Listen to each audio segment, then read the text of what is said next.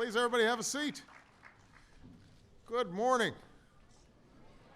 I have my two trusty assistants here, Malia and Sasha, for one of the most important duties that I carry out as president. Before everybody heads home for Thanksgiving, there is one official duty. I am sworn to uphold as the leader of the most powerful nation on earth. Today I have the awesome responsibility of granting a presidential pardon to a pair of turkeys. Now, for the record, let me say that it feels pretty good to stop at least one shellacking this November.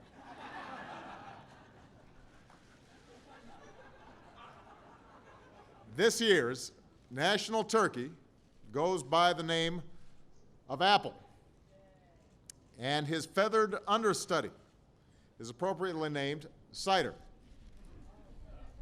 They are being presented today by the chairman of the National Turkey Federation, Hubert Envia, and I want to just point out that Hubert seems very comfortable with that turkey.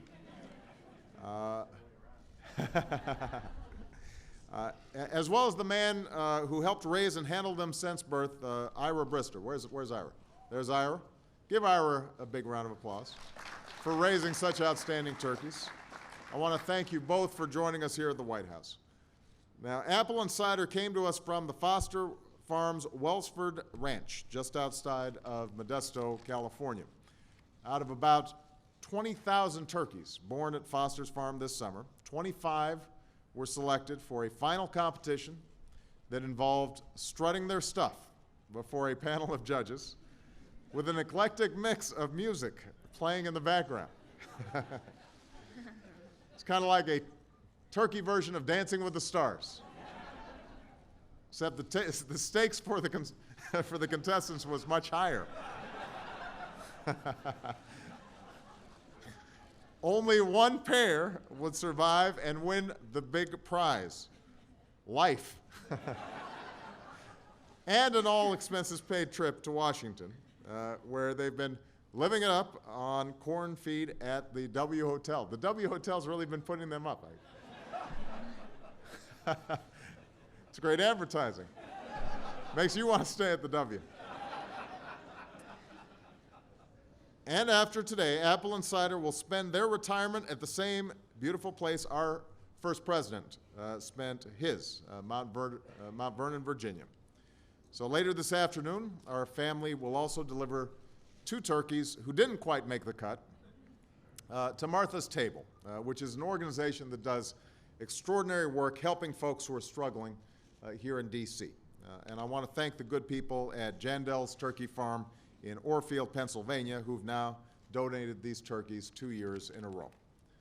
Now, this, of course, is what's truly meant by Thanksgiving, a holiday that asks us to be thankful for what we have and generous to those who have less.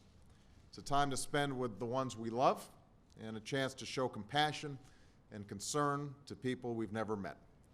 It's a tradition that's brought us together as a community since before we were a nation, when the ground we're standing on was nothing but wilderness.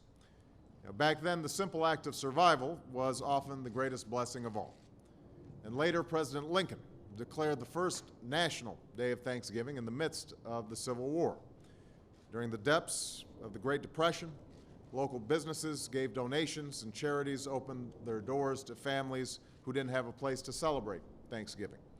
In times of war, our military has gone through great lengths to give our men and women on the front lines a turkey dinner and a taste of home. So in America, we come together when times are hard. We don't give up, we don't complain, we don't turn our backs on one another. Instead, we look after one another, and we pitch in, and we give what we can. And in the process, we reveal to the world what we love so much about this country. That's who we are, and that's who Thanksgiving reminds us to be. So I hope everyone takes some time during this holiday season to give back and serve their community in some way. And I also want to take a moment to say how grateful I am to the men and women who are serving this country bravely and selflessly in places far away from home right now. You and your families are in our thoughts and in our prayers, and you make me so very proud to be your Commander-in-Chief. So on behalf of Michelle, Sasha, Malia, and myself, I want to wish everybody a wonderful and happy and safe Thanksgiving. And now it is my great honor as well to give Apple and Cider a new lease on life. So as President of the United States, you are hereby pardoned from the Thanksgiving dinner table. May you have a wonderful and joyful life at Mount Vernon. God bless you, and God bless the United States of America. All right. Oh, you see, he made a little noise, but thank you. He agrees. Let's go take a closer look at it. Mr. President, I'd like to That's some kind of one. Apple. All right. You have my blessing. Touch him on the back of the head. You want to touch him? Not really. Yeah, buddy. Keep doing that, you're going to fall asleep. Yeah. Now, can somebody explain to me what the whole waddle thing's about? Oh, wow, that's how they dissipate heat. That's how they dissipate heat. They don't have sweat glands, so all the blood rushes to the waddle, and that's how they dissipate the heat from the body. Interesting. I guess we're glad we have sweat glands. Otherwise, we'd be carrying these around. That's pretty good. You want that? No. All right. Thank you very much. Thank you. Appreciate it. All right. Thank you. Have a good life, man. Thank you.